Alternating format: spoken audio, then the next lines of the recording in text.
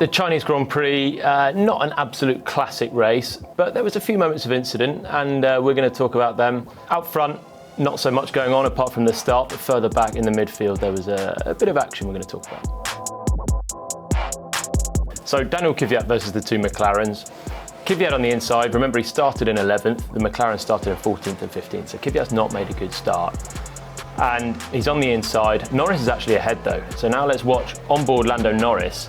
So Norris on the outside, the Alfa Romeo ahead breaks a little bit early. Norris thinks, okay, I'm going to go around the outside. So he goes in a bit deep and just washes wide. Technically, he's just about all four wheels off the track. He's got his left-hand wheels onto the AstroTurf on the outside. Loses a bit of traction. You can see him just fighting around on the power. Bam, he's hit by Kvyat. So Sainz in the other McLaren now. There you've got Kvyat right in front of him. You've got Norris off to the left. Let's see, under braking. Kvyat brakes relatively early from the inside. Norris is trying to go round the Alfa Romeo ahead.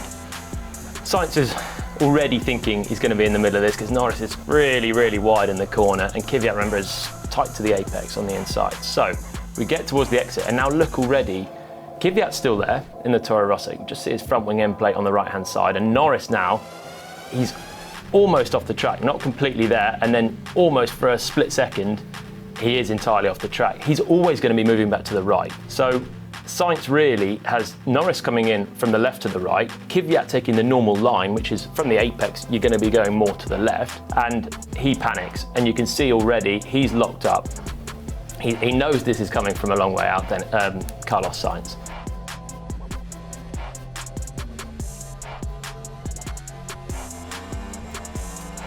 Kvyat's the man with the space at the start. He's on the inside of Lando Norris coming up to turn 6, but look, Norris is going to brake really late and go around the outside of the Alfa Romeo. He's not going to make that one stick, but Kvyat sticks right on the apex here. And then there, just gets a little bit of wheel spin on the power. Nothing too major though, but it does just shift him towards Sainz on the outside. As he does that, his car's just moved a little bit further. Then he gets the car back under control, and you can see he's steering completely right at this point. He knows there's a McLaren there, he doesn't want to hit it. The main collision is Sainz and Kvyat. Then the Kvyat and Norris one is a matter of, it's a reaction of Kvyat's car against the one with Sainz. It's a racing incident. This is first lap stuff. Kvyat got a little bit sideways, he had a little twitch on the throttle, but remember that this is first lap, 6 corners into the race. 2 drivers spun on the warm-up lap. We have Verstappen and Kubica who just spun with lack of rear temperature. So I think the penalty was unbelievably harsh on Kvyat. I think it came from reputation because Daniel torpedoed Kvyat, and when there's an incident, then immediately you look towards Kvyat. Secondly, I think it came because it's 2 McLarens that are out of the race effectively, so there's big consequences for this incident. Thirdly, it looked quite dramatic because Norris was up on 2 wheels. It looked like a bigger incident than perhaps it was. And when we look at penalties, you've got to compare it to other incidents. Now, the first one that we can compare it to is from the previous race. It was Lance Stroll and Romain Grosjean. So let's just have a little look at this. Stroll in the middle of the field, goes around Grosjean at turn 1, halfway, and then at turn 2, just understeers, bam, hits Grosjean, Grosjean's out of the race. No penalty. So another incident to compare to the 2 high-profile ones from last year. France, Vettel on the inside, he's behind Hamilton, Bottas on the outside. Now Vettel's gone in hot, he's in the dirty air of Hamilton, locks up, wipes out Valtteri Bottas, 5-second time penalty. The very next race, Raikkonen on the inside of Hamilton, now at Silverstone, locks up, hits Hamilton to the back, the same way as Bottas was to the back the race before, 10-second time penalty for Raikkonen. There's an inconsistency there, but either way, both penalties were much lighter than a drive-through for Daniel Kvyat, which effectively cost you about 20 seconds to be taken early in the race. His race was done by that point. He has now been caught up in 2 incidents, so whilst I don't think he's entirely to blame, he's got to be looking at trying to avoid getting into these situations in the first place, because that's potentially 2 points finishes that he's not got and his teammate has. Pressure's coming a little bit more. Whilst it was harsh on Kvyat, the penalty, he still had the incident in the first place. So 2 ways of looking at it, but either way, I think the stewards have got that one very wrong, in my opinion. So the next moment in the race that I want to talk about is lap 20, Vettel, Verstappen at turn 14. Verstappen 1 lap out of the pits, Vettel's just come out of the pits as well, and Verstappen's undercut Charles Leclerc. He's almost trying to get ahead of Sebastian Vettel now, and this is crucial for the race because this plays out for third position in the end. It's a net podium place, and Verstappen knows it. He's got one chance probably to do it, and let's have a look at it. He comes from so far back, miles back, what about 40 metres back, heading into the corner, but he just thinks, go for it, and he does. On the inside, straight to the apex, little lock up at the right front, and that just drags him a little bit wider than perhaps he might have done. But he's so close, and if he could have just held closer side by side to Vettel into the final corner, that would have been stuck, and he might have been able to cling on to third place. Vettel is much straighter towards the exit, and he can get on the throttle that bit earlier. So he's seen this one coming. There's two options. You defend into the corner, or you let the guy past and you defend out of the corner again. Vettel's taken the second option, but it's so close.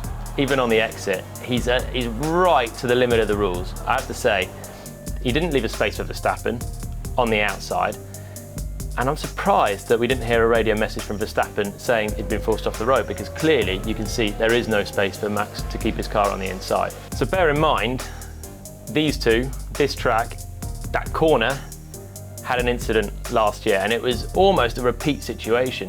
Verstappen, fresher tyres this time, hunting down Vettel, and crashes into the side of him into turn 14, but he approaches the corner very differently. Verstappen was a little bit tentative, and this one with Vettel last year shows how much he's come on as a driver, I think. And last year they were into the corner, but he hasn't really done enough on the brakes, Verstappen.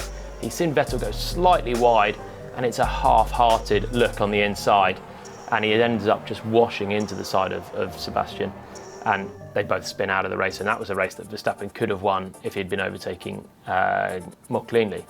So it's a different approach from Verstappen. Now he's doing more work on the brakes rather than just throwing it to the inside last minute in the corner. And I think that is one of the reasons he's avoiding incidents more this year. Finally, let's have a look at the start, the moment that decided the whole race. Two major changes in position. The Mercedes swapped position, the Ferrari swapped positions. Hamilton got ahead of Bottas, that won in the race. Leclerc got ahead of Vettel, and that caused a lot of drama for the Ferrari team as well. So let's have a look firstly at what happened at the front. So they all get away relatively evenly until Bottas just gets wheel spin as he tries to accelerate away. And Hamilton is immediately through on the inside. Job done for him. A very simple one. And it was complete retribution for Melbourne, the race that he lost for getting a bad start. The same reason pretty much as Valtteri Bottas got the bad start here. But look behind.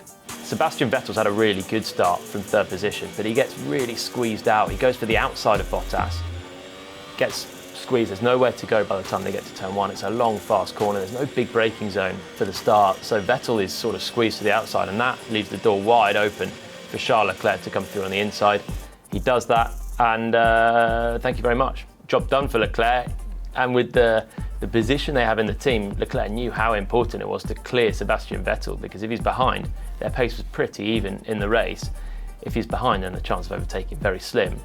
Getting ahead at the start was crucial, although a few laps later he was ordered to let his teammate back through anyway. But at that moment, it was an important move for Charles Leclerc.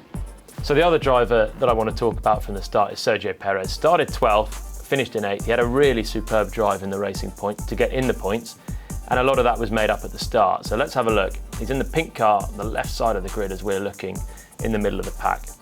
Now into turn 1, you can already see he's going around the outside of Romain Grosjean in the Haas. So he's taken a chance around the outside, and then it bunches up a little bit ahead. You can see Magnussen is getting just held back in a concertina effect, hugging the inside, the shortest distance around that corner, by the two Renaults. And it opens up for Perez on the outside. He says, thank you very much. Around he goes. It's a risky move. We've seen so many incidents in the past, people trying to go around the outside, someone washes wide and they touch, but Perez goes for it. Magnussen sees it coming and tries to go a little bit wider to cut him off, but he can't. Perez is through. That's 2 places found on the Haas's. And Daniel Kvyat has had his bad start as well, remember, so that's 3 places made up. And he's going to make it 4 as well on Nico Hülkenberg. He doesn't get it done at turn 3 there, the 2 Renaults still ahead, but he does come through at turn 6. So Sergio Perez, a very opportunistic start, and it got him some good points.